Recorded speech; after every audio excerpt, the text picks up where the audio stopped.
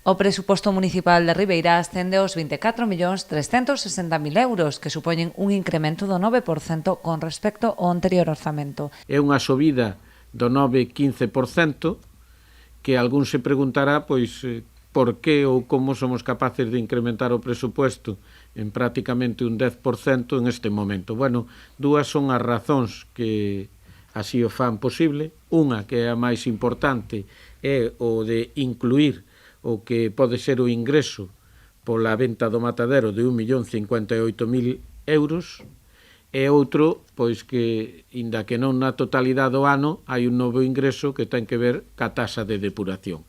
Iso fan que os números permitan esta subida, pero que é unha subida que se fai por primeira vez en 30 anos sin ter que acudir ao crédito bancario, e que, polo tanto, bueno, vai a permitir unha vez máis que este ano se siga rebaixando dunha maneira significativa o que é a deuda deste Concello. Débeda que rolda o 40%, pero vinculada a unha liña de crédito solicitada polo Concello para ter liquidez ante o gasto anticipado que implicaría a EDUSI. Sen embargo, as subvencións da Xunta de preto d'1 millón de euros para a execución do novo auditorio implicarán que non haxa que facer uso destes fondos na súa totalidade, polo que a final de ano prevese unha reducción da débeda por baixo do 30%.